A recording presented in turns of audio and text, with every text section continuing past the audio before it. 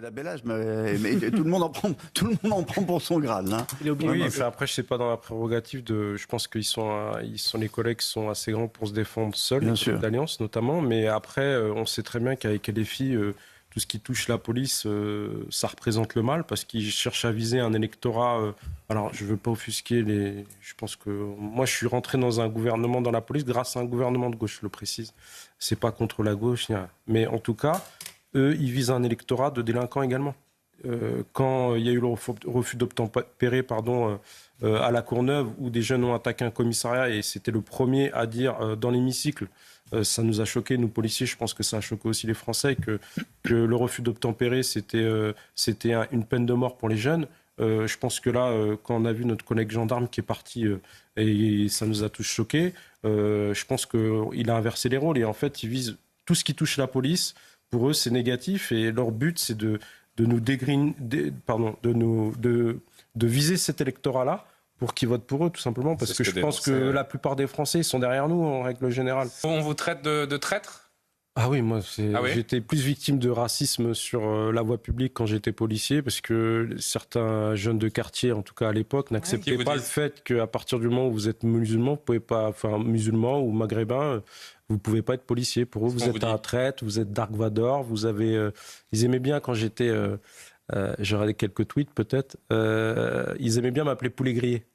Poulet grillé. Ils adoraient ça, ouais. Quand j'étais de permanence au chef de poste, quand il fallait leur ramener à manger, qu'ils étaient en garde à vue, qu'il fallait leur chauffer leur nourriture, ils aimaient bien ça. Et c'est pour ça que... moi, ça m'agace plus qu'autre chose parce que je suis à l'intérieur de la police depuis bientôt 27 ans. Et moi, j'ai jamais eu de problème avec mes collègues. Au contraire, regardez, aujourd'hui, je parle devant des milliers de téléspectateurs parce que j'ai eu des mandats syndicaux et parce que... Des millions, pardon. Des milliards. Et les collègues... j'ai été secrétaire départemental du Val-de-Marne. Les collègues m'ont élu à l'unanimité, voilà, parce qu'ils, justement, eux, ils vont au-delà des différences. Contrairement, et eux, justement, la LFI, je pense qu'ils veulent créer, comme vous le dites, créer un gouffre. Moi, c'est mon avis aussi, entre les communautés, et créer un gouffre aussi entre la police et les jeunes, parce que vous avez parlé de la France et des Français, mais leur combat, c'est vraiment très souvent anti-police. Et juste un mot, il ne faut pas se tromper, où recrute aujourd'hui la police ? C'est partout, hein, y compris dans les quartiers et dans les quartiers populaires. Et pour l'armée, c'est pareil. L'armée est très représentative de la sociologie de la population Vous passez votre concours, vous cachez on ne voit pas votre nom et votre prénom. Vous n'êtes pas choisi par rapport à votre identité, on ne la voit pas. Donc voilà, le recrutement, il est là, et la police, elle a l'image de sa société. On a... gérer de manière administrative les problèmes de régularisation, enfin des OQTF et tout. Nous, ça a été un grand tournant pour nous. Parce qu'avant, vous placiez en garde à vue, quand une personne était démunie d'un titre de séjour, vous placiez en garde à vue. Voilà, et déjà, vous marquiez le coup et tout. Là, aujourd'hui, il part comme il est venu. Il fait son audition, on en renvoie au préfet, une OQTF, et puis bon, vous avez des gens... alors, je ne vais pas faire de généralité, mais peut-être qu'il y en a 2, 3 qui ont 1 ou 2 ou 3 OQTF. Dans cette problématique, avant, c'était la Goutte d'Or. C'était le lieu connu pour ça. En fait, il y a même des gens qui se déplaçaient à la Goutte d'Or. Les collègues, ils y sont toutes les 10 minutes. Ils font des descentes. Les gars, ils ont toujours un paquet de cigarettes sur eux, maximum. Comme ça, s'ils se font coincer, on avise le parquet. Il est dehors dans la minute. Comme ça, c'est réglé.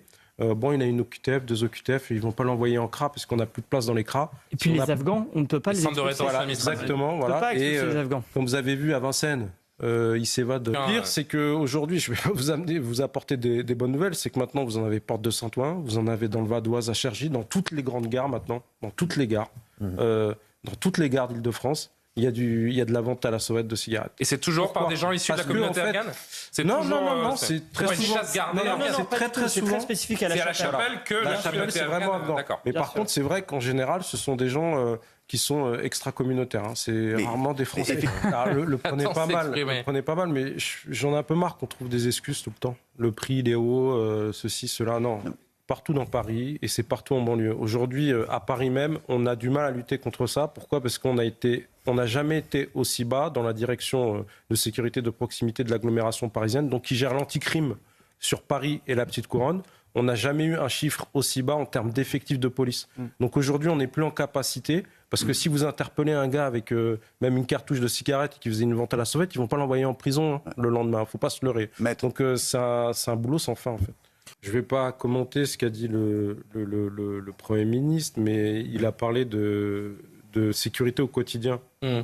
La police de sécurité au quotidien, elle a été créée par Non, elle a été mise en place par le président de la République, police de sécurité, la PSQ.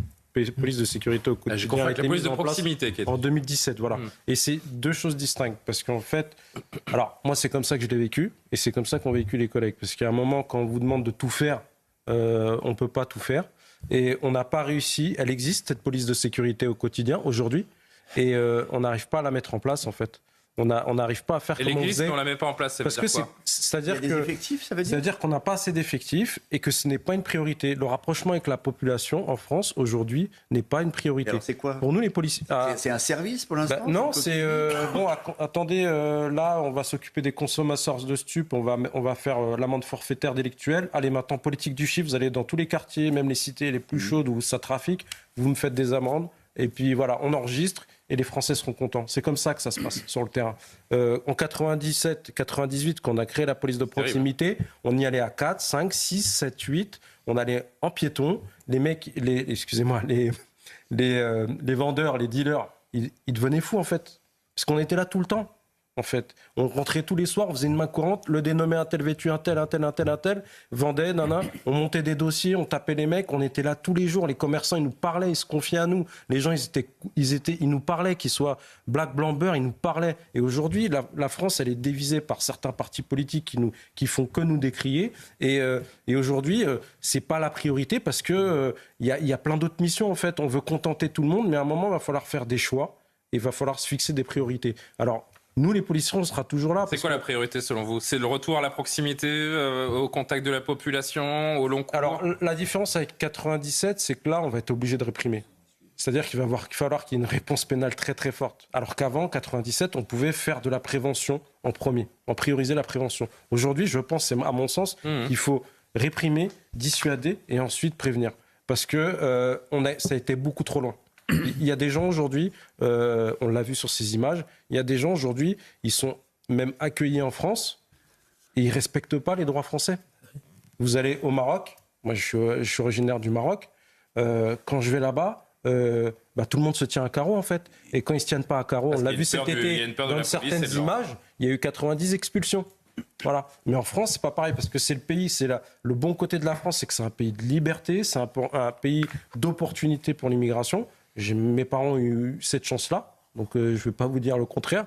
Mais après, une fois qu'on est en France, on n'impose pas sa religion, on n'impose pas sa culture, on la partage. Et c'est un pays de partage. Et cette police de proximité, aujourd'hui, si on l'a mis en place, il va falloir... Et moi, ce qui m'inquiète, c'est au niveau budgétaire. Aujourd'hui, je ne suis même pas en capacité, et j'espère que ce sera le cas, parce qu'on commence Il n'y a pas de rumeur, mais on a fait les JO. Et nos primes, elles ont intérêt d'être payées pour les JO. Parce que j'en parlais sur votre plateau.